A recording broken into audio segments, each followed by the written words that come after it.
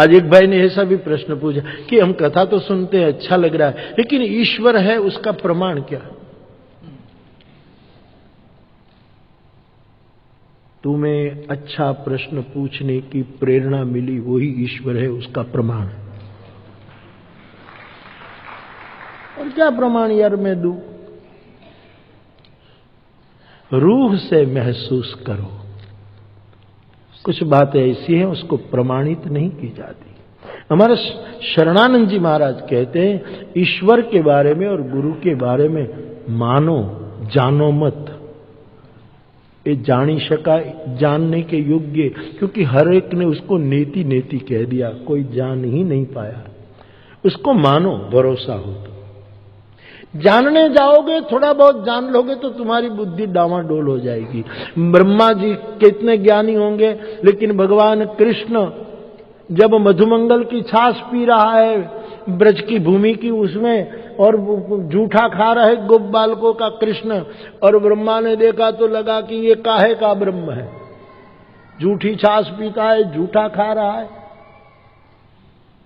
तो ब्रह्मा को इच्छा हुई कि परीक्षा करूं, और ब्रह्मा ने सभी गोप और बछड़ों को चुरा करके चला गया ब्रह्मा। जानने वाले बड़े बड़े फंसे, मानने वाले की नौका पार हो गई। मानो, जानो, कहां तक। एक मैं आपको कहूं, आप पति पत्नी है, पत्नी पूरा का पूरा अपने पति को जान सकी है? ये हुआ है कभी? कोई पत्नी कह सकती है कि मैं मेरे पति को नक्शिक जानती हूं? नहीं हो सकता। उसको कभी न कभी होगा कि नहीं।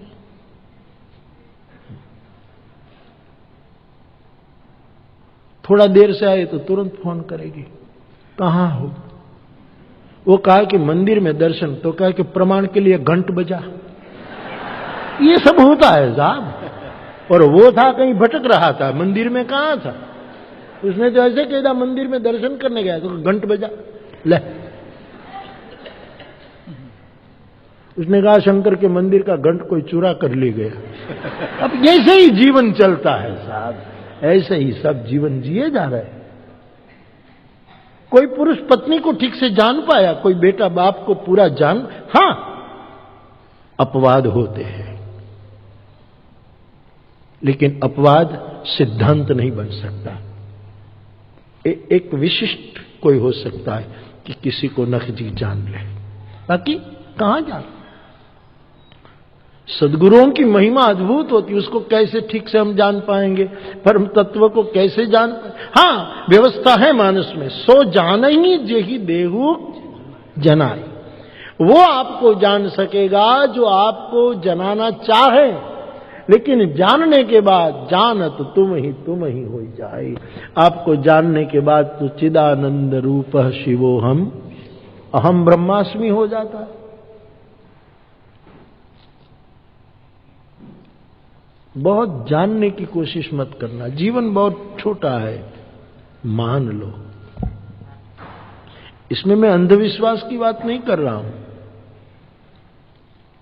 तो ईश्वर है कि नहीं, ऐसा ही प्रश्न ठाकुर रामकृष्ण को इतने बुद्धिमान विद्वान ने पूछा था, ये काली है क्या? तो बोले आप जैसे बुद्धिमान को ऐसा प्रश्न उठता है, वही ईश्वर है उसका प्रमाण है।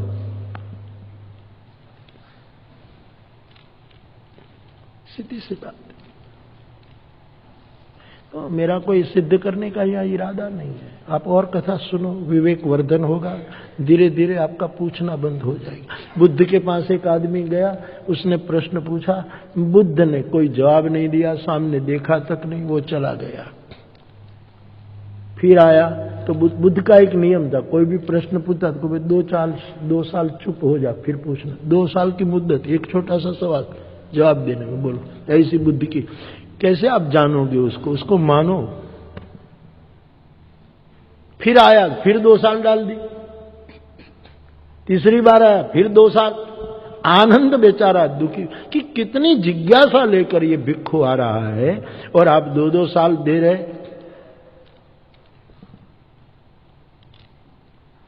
ऐसा क्यों कर रहे? करुणा करो, आप तो करुणा मूर्ति है। बोले नहीं, अब देखना। आखिर में वो आया तो बुद्ध ने सामने से पूछा, कोई पूछना है? बोले क्या खाक पूछे? ऐसे ही हो गया, सब अपने आप हो गया। पूछ पूछ कर क्या होता है? तर्क के जालों ने तो आदमी को विक्षिप्त कर दिया। मानो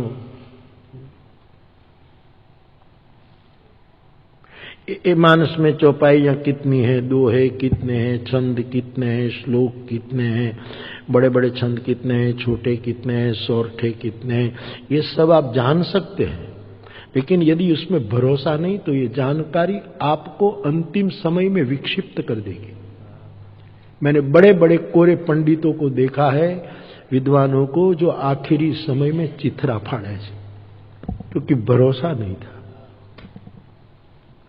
उसमें। मैं कहीं कहीं ऐसे विद्याधरों को बता सकता हूं, 2-3 तो अंतिम समय आप दया आती है कि विक्षिप्त। ये तो પછી अगल बगल वाले शिष्य बताते नहीं। हाँ, अंगद डॉक्टर कुछ बातें बाहर नहीं आने देते। ये तो फिर 15, 20, 50 साल हो ना, फिर निकलता है कि भाई आ तो हाँ જોઈ ન શકાય એવી चेष्टाओं करता था साहब, क्योंकि केवल जानने की चेष्टा में जीवन बर्बाद कर दिया। माना नहीं, मानो।